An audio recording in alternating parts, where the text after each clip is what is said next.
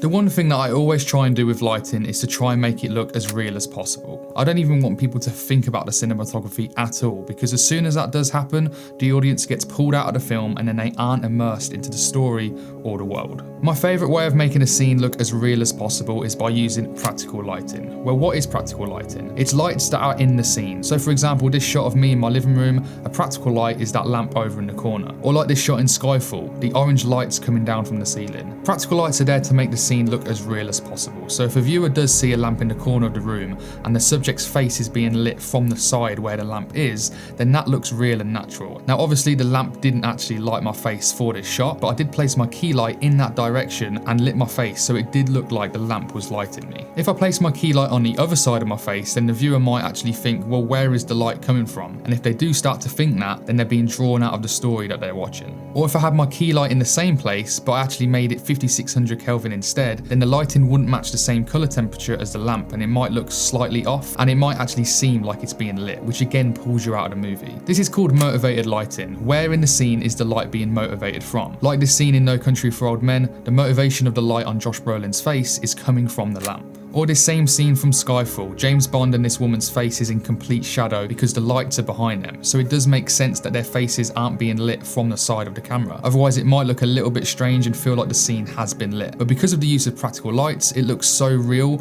and what you actually think it might look like if you was there with them. This also helps with contrast. Shooting the shadow side of your subject's face looks a lot more dynamic and interesting, as it creates a lot more depth and contrast in your image, and it just looks really cinematic. This scene also looks really orange, but again, they're at a bar during the night time and the only lights you see are these warm lights from the ceiling, so it does make sense that this whole scene looks very warm. If they used a daylight light to light their faces at 5600 Kelvin, it would seem very off. The practical light doesn't even need to be in every shot either, as long as it's shown just once, and that can even be in a later shot as well. If I started this scene of myself in bed with this shot, you can't actually see the practical light. But as long as I show this shot where you can clearly see the motivation of the warm light on my face, it's coming from the light from my alarm clock, then the previous shot makes sense and looks real.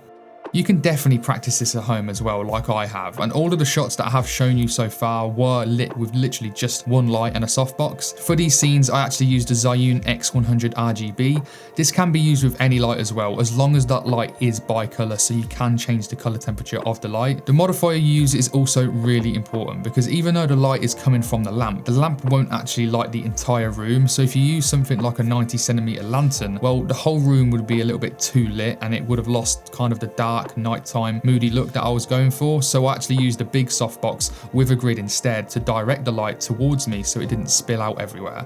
The same with the bedroom scene. The alarm clock is absolutely tiny, so I actually used a Light Dome Mini 2 with a grid to make the source of the light smaller and directed it towards my face so it didn't light up the entire room. Another important aspect is how you expose the scene. I really do try and not blow out any of the highlights if I can. If I wanted to expose for the lamp, the rest of my frame would have been completely underexposed, even with my 100-watt light at 100% brightness. But a brilliant way to do this is to buy a dimmable bulb for your practical lights. The one I brought was literally about £10 on Amazon. I just exposed for myself so I wasn't over or underexposed, and then I actually lowered the brightness of the lamp until the lamp wasn't overexposed on the waveform of the camera. The thing is, you could learn everything about lighting, watch all of the YouTube there is about it, read all of the books, but you will never get better and you will never improve your craft without practicing. These shots of me in bed and in my living room were just for one of my YouTube videos I made on tech items, and I could have easily just cranked up the ISO and got the exact same shots that would have told the same story. But because I did want to improve my cinematography and improve my craft, I went that extra step to apply what I've learned and just simply practiced, had fun and tried new things. But that's that anyway. I hope this video helped you and inspired you to go out and practice your cinematography. Thank you very much for watching, and if you did enjoy, please hit like and subscribe, and I'll see you on the next one.